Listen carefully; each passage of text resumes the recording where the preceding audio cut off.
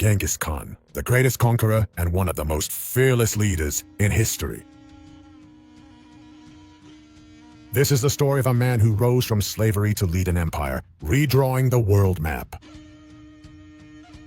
From enemy tribes to the fortresses of China, from the depths of Central Asia to the gates of Europe, welcome to the epic journey across lands where conquests and empires were born.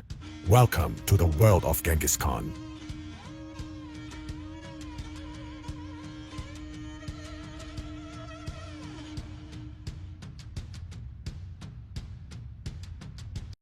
Genghis Khan, whose real name was Temujin, was born around 1162 in what is now northeastern Mongolia, near the Onon River, from the Vaanchig tribe. As a small child of only 8 years old, during a journey with his father through the Mongolian steppes, his father was poisoned by enemy tribes. Betrayed by his own tribe, he had to live in hiding with his mother and siblings in the Mongolian steppes. According to his own words, when his entire family was on the brink of starvation, he had to kill his own brother because his brother refused to share the fish he had caught with them. After spending the hardest period of his life in the Mongolian steppes, Genghis Khan was sold into slavery in China at a young age and was displayed in a cage for more than a year. According to what Genghis said, while he was being displayed like a monkey in a cage, an old Buddhist monk came to him and asked for his forgiveness. This was because the monk had foreseen that he would establish a great empire and burn and destroy the entire world in the future, and he had only one request. In exchange for helping him, he begged not to destroy the Buddhist temple named Yutan on top of the mountains. Genghis Khan truly kept his promise to the Buddhist monk. With his soldiers, he ravaged China, destroying all temples and places of worship, except the Yutan temple. He never forgot the help of the old Buddhist monk and the promise he made to him. After Genghis Khan conquered China, he had only one goal left: to rule the entire world. He turned towards the west.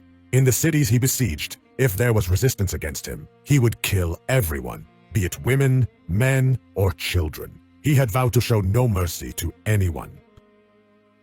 Let's take a look together at Genghis Khan's battle with the Turks in the city of Bukhara. Bukhara was one of the most developed and populous cities in Asia at that time.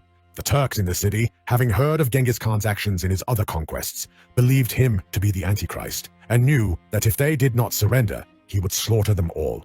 The notables of Bukhara sent a delegation to Genghis Khan, requesting that he spare the people from the sword, not burn the mosques, and not burn the books. The notables of Bukhara asked Genghis Khan not to burn the mosques, not to kill the people, and not to burn the books for the sake of the people's safety. In return, they said they would surrender. Genghis Khan accepted, and all the city gates were opened to his armies. After entering, Genghis Khan spoke the words etched into history. Do not demolish the mosques, burn them. Do not kill the people, bury them alive. Do not burn the books, throw them into the river.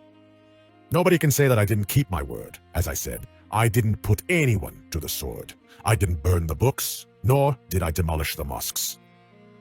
During that period, in the city of Bukhara, which was known to have a population of over 1 million, not a single child survived after the occupation. They were all buried alive in the ground. But his desire was not just to conquer the world. He wanted immortality, eternity.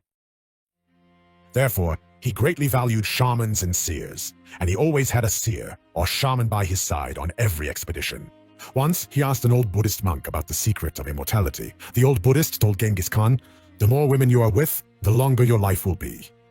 Therefore, in every city he conquered, he was with dozens of women and married many of them. He had relations with so many women that it is estimated today that he has more than 20 million descendants worldwide.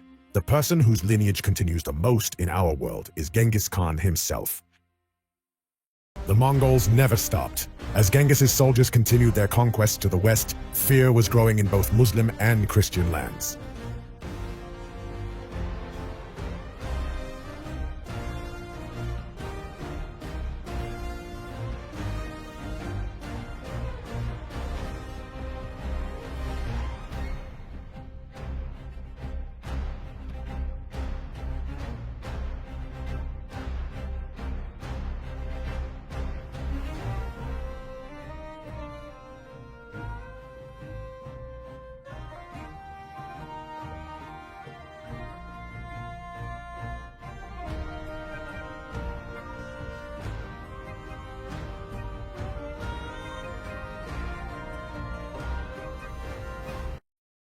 So much so that when described by Muslims, the Mongols were portrayed as ruthless Gog and Magog with large heads, short stature, broad bodies, and small eyes, while Christians were saying that the Antichrist had emerged and would conquer the world. Mongol impact on Islam. Medieval Christian views on Antichrist. Because Genghis Khan killed 11% of the world's population at that time, which is 40 million people, and conquered half of the world. During wartime, he considered ambassadors who invited him to convert to Islam or Christianity as an insult to himself, and he punished them by boiling them in a cauldron.